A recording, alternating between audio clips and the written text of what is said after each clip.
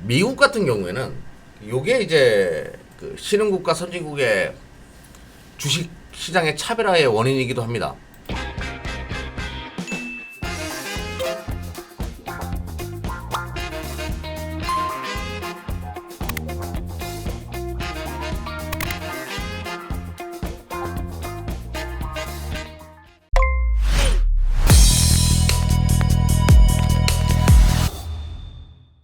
안녕하십니까.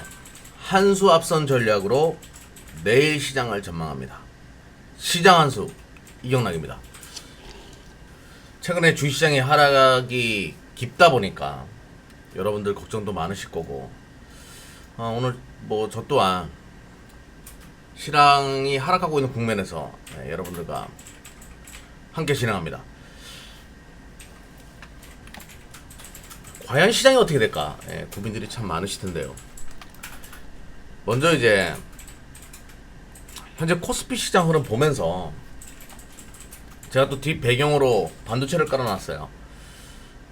반도체 쪽에 국민주식 삼성전자, 향방,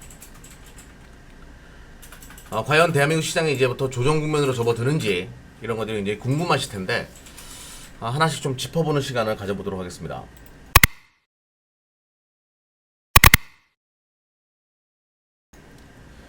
먼저 이제 국내 시장 최근의 주가 흐름이거든요. 몇 가지 이제 눈여겨봐야 되는 것은, 첫 번째로 이제 지금 시장 하락 S&P 500이나 해외 시장을 본다라고 하면 S&P 500 주가 흐름 굉장히 이쁘죠. 계속 올라가고 있고, 나스닥이도 어제 아래꼬리로 쫙 만들어 놓고 잘 견디는 그런 흐름을 보여줬습니다. 우리랑 좀 다르죠. 좀 다릅니다. 심지어 독일 닥스도 어제 좀 빠졌지만 최근에 이제 신고가를 갱신하는 그런 흐름을 보여줬어요. 여기서 이제 몇 가지 우리가 눈여겨볼 게 있는데요. 아무튼 이런 그림을 그리고 있습니다. S&P 500, 나스닥, 다우도 나쁘지 않고, 참 주가 흐름 좋습니다. 근데 유독 신흥국 쪽, 요쪽은 자금이 좀 빠져나가는 듯한 느낌을 계속 주고 있기 때문에 그 배경과 앞으로의 전략과 관련된 이야기 좀 드리도록 할게요. 먼저 이제 국내 시장 차트 흐름을 보게 되면요, 선진국 지수 대비해 가지고 굉장히 재미가 없고 이렇게 흘러내립니다. 그런데 거래량이 많지가 않아요. 흥미롭게 봐야 되는 것은, 이것이 진짜 하락으로 넘어간다라고 하기에는 조금 거래량이 투매성 물량이 나와가지고 폭포수처럼 밀리는 그런 흐름을 보여주지 않죠. 과거에 코로나 사건이 일어났을 때 시장 거래량 보게 되면 진짜 살벌하게 이제 밀리는 그런 흐름을 보여줬습니다. 거래량이 터지면서, 물론 반등 나올 때 거래량도 좋았지만, 근데 지금은 조정이 굉장히 오래됨에도 불구하고 거래량이 계속 줄어들고 있다는 것은 시장의 참여자들 중에서 언젠가는 올라가겠지, 이런 생각을 하는 사람들이 더 많다는 얘기죠. 그러면 시장의 생각과 내가 달리 투자한다? 그건 잘못된 투자예요. 시장의 생각을 내가 얼마나 공감하는가, 이게 중요한 투자이기 때문에 요거 이제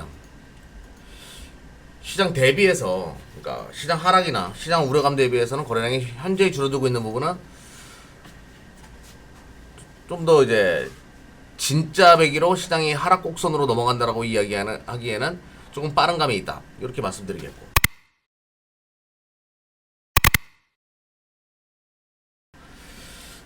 두 번째로는요, 최근에 이제 미국의 금리 인상 우려감 얘기 나오면서 여러분들도 참 말들 많고 시장 일각에서도 참 말이 많은데요. 이거 보면서 한번 이야기 들어보도록 하죠.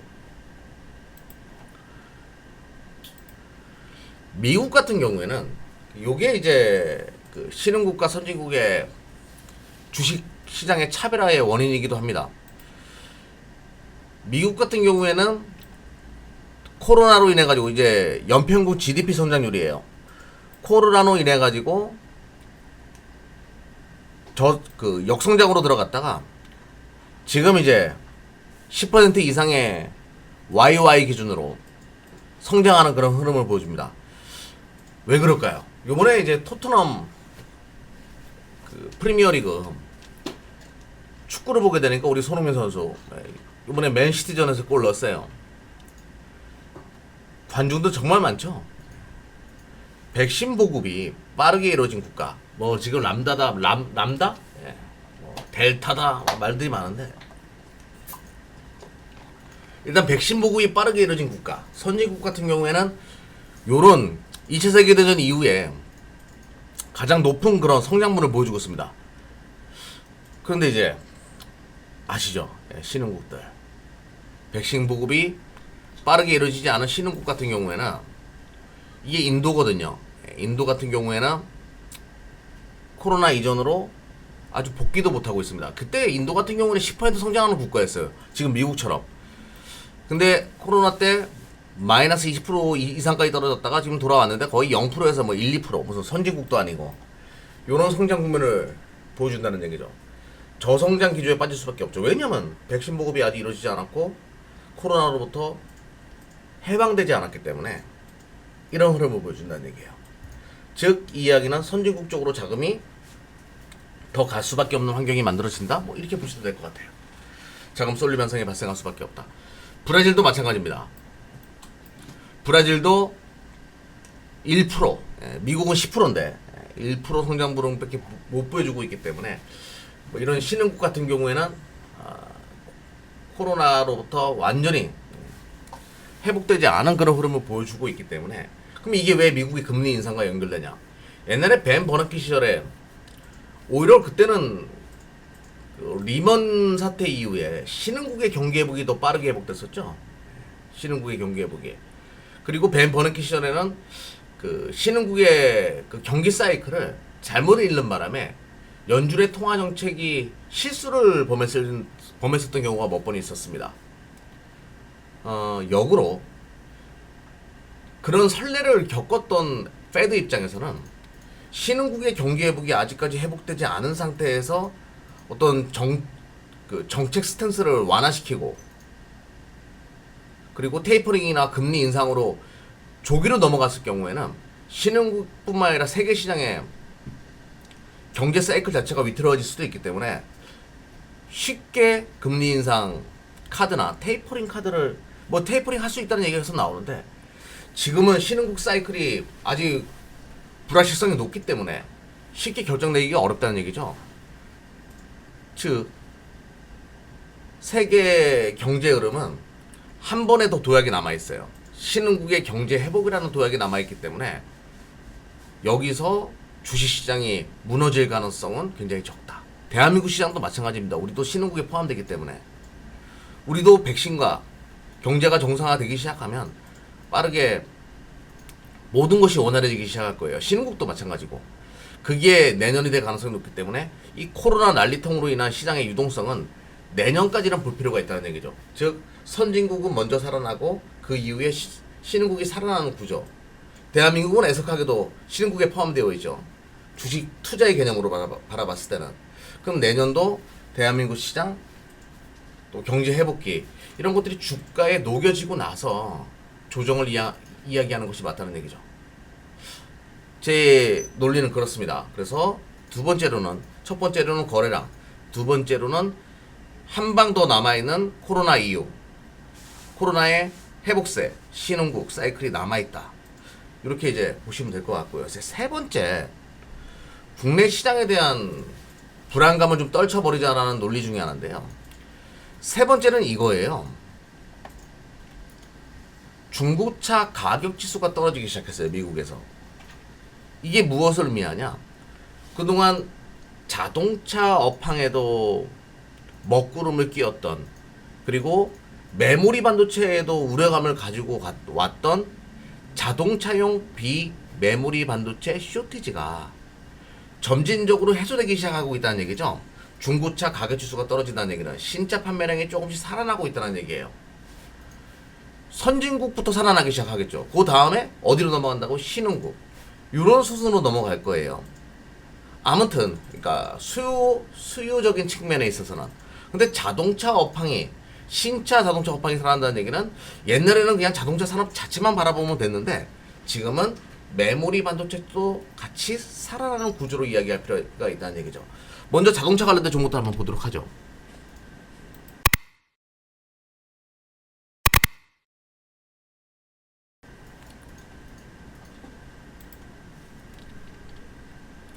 현대차 주가가 최근에 추세가 무너지고 있어요. 주봉을 한번 보도록 할게요. 주봉상 바라봤을 때는 근데 우리 24이 차트에서는 긴 조정이 만들어졌고 검은선 하단을 이탈했기 때문에 여기서는 서서히 매집을 할 필요가 있다는 그림이 만들어져요. 기아차도 마찬가지입니다. 자동차는 분명히 살아날 거예요. 기아차는 조금 더 기간 조정을 거치고 나서 매수의 시간을 줄 것 같은데 아무튼 현대 기아차와 같은 자동차 산업도 살아날 가능성이 높다는 얘기죠. 왜? 신차 판매량이 하반기로 가면 갈수록 점진적으로 또 보복적 소비라는 이유로 그리고 신흥구의 경기 회복이 또 살아나기 시작하면 내년까지 좋을 가능성이 높기 때문에 현대 기아차도 분명히 살아날 수 있고요.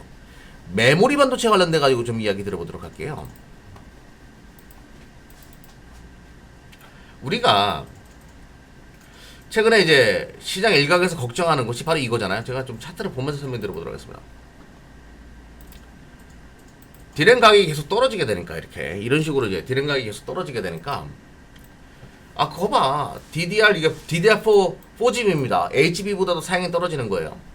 떨어지게 되니까 무슨 생각을 하냐면 아 그거 봐 모건 스탠리의 보고서가 맞잖아. 4분기 되게 되면 현물 가격이 떨어지게 되니까 고정 거래 가격 떨어질 수 있어. 이런 논리인데요. 제가 지난 제 개인 유튜브에도 올려놨어요. 지금 DDR4 가격이 떨어지는 가장 큰 원인은 DDR4에서 DDR5로 넘어가는 구간이거든요. 옛날 DDR3에서 DDR4로 넘어갈 때 DDR3 가격 무지막지하게 떨어졌습니다. 무지막지하게는 아니고 많이 떨어졌어요 그때. 근데 DDR4에서 DDR5로 지금 넘어가는 구간 2021년도 2023년도가 되게 되면 이제 마이크론 테크놀로지에서 올린 보고서입니다. DDR5가 대부분을 차지하게 돼요. 뭐 모바일부터 시작해가지고 서버 다 이쪽으로 뭐 인텔도 이제 DDR5용 CPU 지금 본격적인 양산을 시작했고 다 판때기가 DDR5로 넘어가는 구조거든요. 그러면 당연히 DDR4 가격이 떨어질 수밖에 없죠. 새 것이 나오는데 신상이 나오는데 우리 김주 대표님 얘기 잠깐 해볼까요?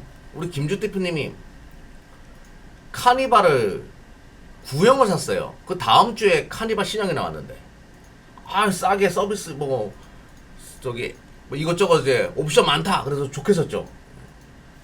그냥 신차가 나오니까 떨어진 것처럼 참 그런 형태라고 보시면 됩니다. DDR5가 DDR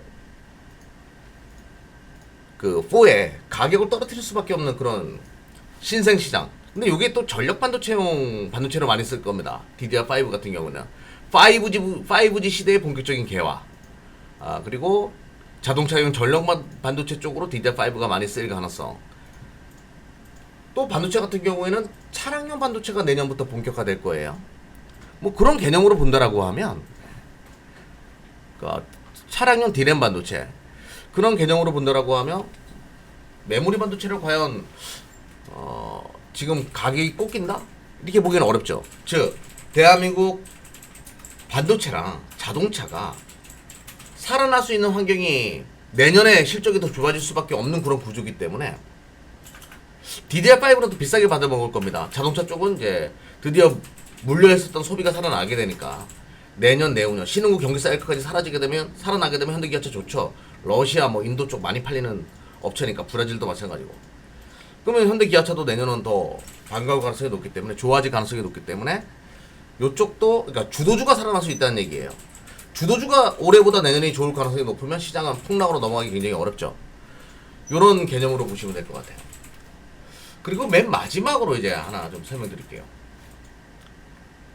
또 하나 이제 중요한 지표가 선진국은 경제 지표가 이렇게 빠르게 살아나고 인도나 뭐 브라질과 같은 신흥국은 아직까지 못 살아났다. 내년도는 다 괜찮아질 겁니다. 새롭게 떠오르는 석유화학도 좀 관심 있게 볼 필요가 있겠고 여행 관련된 것들 이제 내년부터는 우리가 하늘을 달릴 테니까 비행기 타고 등등 우리가 정상화되는 데 있어가지고 이벤트가 아직 남아있기 때문에 여기서 주식시장이 하락으로 넘어간다 보기에는 굉장히 빠른 판단인 것 같아요. 그러면 언제쯤 주식시장이 하락으로 넘어가냐? 신흥국의 백신 보급이 빨라지게 되면서 신흥국의 경기 사이클까지 좁아지기 시작한다. 그런 기조가 보이기 시작한다. 그러면 연준은 서서히 인플레이션 카드를 꺼내 들을 거예요.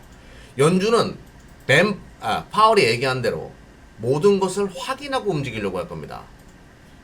그러니까 코로나는 과거 이제 그 패드가 했던 선제적인 대응 전략보다는 이 코로나는 후행적인 대응 전략을 취할 거예요. 왜? 변수가 너무 많기 때문에. 그래서 결과론적으로 말씀드린다라고 하면 연준은 신흥국의 그 백신 보급과 경기 회복의 속도를 다 가늠하고 금리 인상 카드를 꺼내들 거예요. 그게 빠르면 내년 하반기 정도로 예상합니다. 그러면 적어도 우리한테는 내년 초순 정도까지의 시간은 있어요. 주식 투자하는 데 있어까지. 하는 데 있어서. 그래서 타임라인을 정해놓고 본다라고 하면 지금 8월달 최근에 증시 하락, 선진국 지수는 올라가는데 우리 시장은 안 좋다. 요거는 어쩌면 절호의 매수 기회일 수도 있어요. 자, 이렇게 말하는 배경에 있어가지고 또 하나 보도록 할게요. 바로 환율이거든요. 맨 마지막은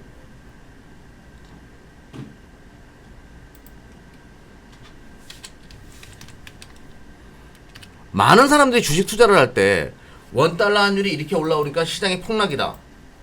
시장이 빠지니까 원달러 환율이 올라오는 거겠죠. 근데 우리 24시 클럽에서 자체적으로 좀 분석을 해본 결과 환율이 1080원대를 넘어가게 되잖아요.